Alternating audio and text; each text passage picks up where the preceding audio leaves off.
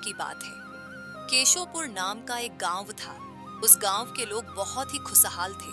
उसी गांव में अमन नाम का एक व्यक्ति मेहनत करके अपना जीवन व्यतीत कर रहा था। जनवरी का महीना था। ठंड अपने चरम पर थी। रात के समय और ज्यादा ठंड पड़ती थी। इस ठंड में अमन को कोई काम भी नहीं मिल रहा था। एक दिन अमन अपने घर के बाहर इन सब से परेशान होकर बैठा हुआ था और सोच रहा था कि अब क्या करूं। तभी अमन की पत्नी बिमला आती है। आप ऐसे ही परेशान रहेंगे तो कैसे चलेगा? ये लीजिए, अभी आप चाय पीजिए, ज्यादा सोचिए मत। अमन चाय पीता है और उसे ख्याल आता है, क्यों ना मैं भी इस ठंड में चाय बेचने का काम शुरू कर दूं।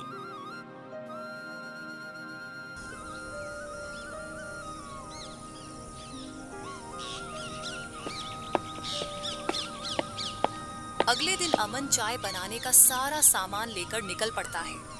वो बाजार से थोड़ी ही दूर एक पेड़ के नीचे अपनी एक छोटी सी चाय की दुकान खोल लेता है। आज तो मैं इतनी बढ़िया चाय बनाऊंगा कि हर कोई रोज मेरे हाथों की ही चाय पीना चाहेगा। वह मन लगाकर चाय बनाता है और कई ग्राहकों को चाय पिलाता है। लेकिन अमन इस बात से बिल्कुल अनजान होता है कि जिस पेड़ के नीचे वो चाय बना रहा है, उसी पेड़ पर एक चुड़ैल रहती है। शाम को जब चुड़ैल पेड़ के पास आती है, तो वह दुकान को देखकर आग बबूला हो जाती है। मैं तुझे जिंदा नहीं छोड़ूंगी। क्योंकि उसके पेड़ के नीचे अमन ने दुकान खोल रखा है। तभी अमन के पास चीनी कम पड़ जाती है। वह चीनी लेने जाता है, पर जैसे ही चाय की खुशबू उसकी नाक में जाती है, वो झट से दुकान के पास पहुंच जाती है। चुड़ैल वह जाकर सारा चाय पे जाती है। चुड़ैल चाय पीकर गायब हो जाती है। जब अमन वापस आता है तो देखता है कि वहां से सारी चाय गायब है।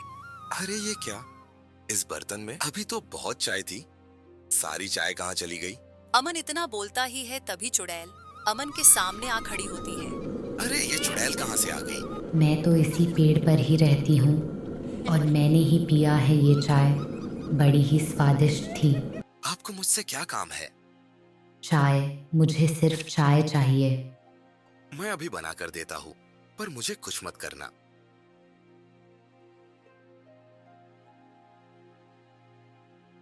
वाह, क्या खुशबू है। चुड़ैल को अमन के हाथ की चाय बहुत पसंद आती है। वो चुस्कियां ले लेकर चाय का स्वाद लेती है और चाय की खूब तारीफ करती है। ये तो बहुत अच्छी चाय है। अब तुम्हें रोज मुझे ऐसी ही चाय बनाकर पिलानी होगी। अमन की चाय सबको पसंद आती है और अक्सर उसकी दुकान के आगे भीड़ लगी रहती है। हर कोई अमन की चाय पीकर खुश होता है। जब वहां कोई नहीं होता, तब चुड़ैल भी रोज अमन के हाथ चाय पीने आती है।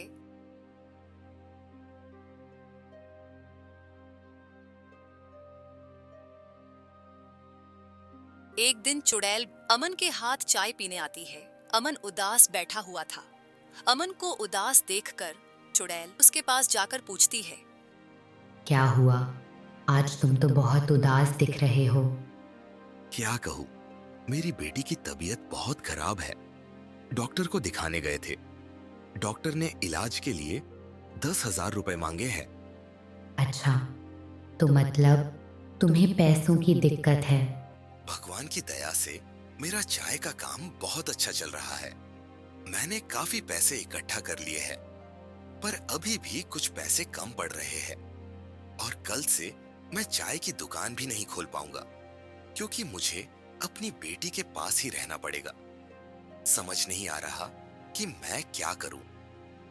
ये तो परेशानी की बात है। अगर तुम दुकान नहीं खोलोगे तो पैसे कहाँ से आएंगे? वही तो चिंता हो रही है मुझे। वैसे मैं एक काम कर सकती हूँ, जिससे तुम कल से अपनी बेटी के पास हॉस्पिटल में भी रुक सकते हो और तुम्हारी चाय की दुकान भी बंद नहीं होगी। पर ये कैसे हो सकता है? तुमको देखकर कोई यहाँ आएगा भी नहीं। मैं आदमी का रूप लेकर, चेहरे पर गमछा बांधकर बैठ जाऊंगी और किसी को पता भी नहीं चलेगा कि तुम हो। अगर कोई कुछ पूछेगा तो मैं कोई अच्छा सा बहाना मार दूंगी। अगले दिन चुड़ैल चाय के दुकान पर आदमी का रूप लेकर चेहरे पर गमछा बांध करके चाय बनाने लगती है। अरे अमन भाई, आज तुमने ये गमछा क्यों बांध रखा है? वो तेज धूप से मेरा चेहरा लाल पड़ गया है, इसलिए मैंने गमछा बांध रखा है भाई। अच्छा तो ये बात है। अब रोज चुड़ैल ऐसा ही करती है। वो रोज दुकान पर आदमी का रूप लेकर चेहरे पर गमछा बांध करके बैठ जाती है और लोगों को चाय बनाकर बेचती है। धीरे धीरे सब लोगों को यकीन हो जाता है कि अमन को धूप से दिक्कत है, इसलिए वो गमछा बांध करके बैठ जाती है। पर कभी किसी को ये सच नहीं पता चल पाता कि उस गमछे के अंदर अमन नहीं बल्कि एक चुड़ैल है। एक हफ्ता ऐसे ही गुजर जाता है और उसके बाद अमन दुकान पर आता है। अरे अमन, कैसी है तुम्हारी बेटी? ठीक तो है ना? तुम्हारा बहुत बहुत शुक्रिया मेरी मुश्किल घड़ी में मेरी मदद करने के लिए।